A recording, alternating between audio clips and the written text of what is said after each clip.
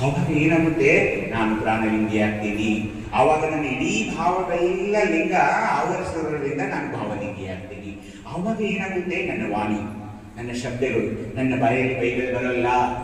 ಕೆಟ್ಟದ್ದನ್ನು ಯಾರಾದ್ರೂ ನನಗೆ ಹೇಳೋಕ್ ಬಂದ್ರು, ಚಾಡಿ ಹೇಳೋಕ್ ಬಂದ್ರೆ ಅದು ನನಗೆ ರುಚಿಸೋಲ್ಲ. ಅವ್ರಿಗೆ ಗೊತ್ತಾಗ್ಬಿಡುತ್ತೆ, ಇವ್ರು ಹೇಳಿ ಪ್ರಯೋಜನ ಇಲ್ಲ, ಇವ್ರಿಗೇನು ಈ ಕಿವಿಯಲ್ಲಿ ಹೇಳಬಾರ್ದು, ಯಾಕಂದ್ರೆ ಇವರು ಶಿವಯೋಗಿ ಅಥವಾ ಶಿವಯೋಗಿನಿ ಇದ್ದಾರೆ. ಅದಕ್ಕೆ ಏನಂದ್ರು, ಲಿಂಗದೊಡನೆ ಸಮರಸ. ಅರ್ಥ ಆಗ್ತಾ ಇದೆ ಅಲ್ಲ? ಲಿಂಗದೊಡನೆ ಸಮರಸ ಆಗ್ಬೇಕು. ಹಾಗೇನೆ ಲಿಂಗ ಸನ್ನಿಹಿತ ಅಂದ್ರೆ ಏನಂದ್ರೆ ಯಾವಾಗಲೂ ಜೊತೆ ಇರೋದು. ಸ್ನಾನ ಮಾಡುವಾಗ ಸುಧಾರಣ ತೆಗೆಯೋದಿಲ್ಲ, ಅದ್ರ ಮೇಲೆ ನೀರು ಬೀಳಬೇಕು. ನೀವೇನೇನ್ ಮಾಡ್ತೀರಲ್ಲ ಅದೇನ್ ಮಾಡ್ಬೇಕು. ಅಂದಾಗ ಏನಾಗುತ್ತೆ ಹೇಳಿ, ನೀವು ದಿನ ಬಟ್ಟೆ ಬದಲಿಸ್ತಿರ್ತಾನೆ, ಮತ್ತೆ ಅದ್ರದ್ದು ಲಿಂಗವಂತರ ಬದಲಾಯಿಸ್ಬೇಕು, ಲಿಂಗ ಚೀಲಾನ ಬದಲಾಯಿಸ್ಬೇಕು. ಅದನ್ನ ವಾರಕ್ಕೊಂದು ಬದಲಾಯಿಸೋದು, ಆ ಚೀಲಾನು ಒಂದು ವರ್ಷಕ್ಕೆಲ್ಲ ಒಂದೇ ಚೀಲಾನ ಉಪಯೋಗಿಸೋದು. ಹಾಗೆ ನೀವು ದಿನ ಅದೇ ಸೀರೆ ಉಡ್ತೀರಾ, ದಿನಾಲು ಅದೇ ಬಟ್ಟೆ ಹಾಕೊಳ್ತೀರಾ? ಇಲ್ಲ, ನೀವೇನೇನ್ ಮಾಡ್ತೀರಲ್ಲ ಅದೆಲ್ಲ ನನಗೆ ಬೇಕು ಮಾಡಬೇಕು.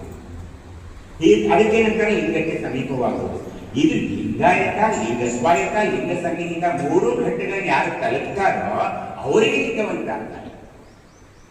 ಅರ್ಥ ಆಗ್ತಾ ಇದೆ? ಸುಮ್ಮನೆ ಲಿಂಗವಂತ ಅಂದ್ರೆ ಹೇಗೆ?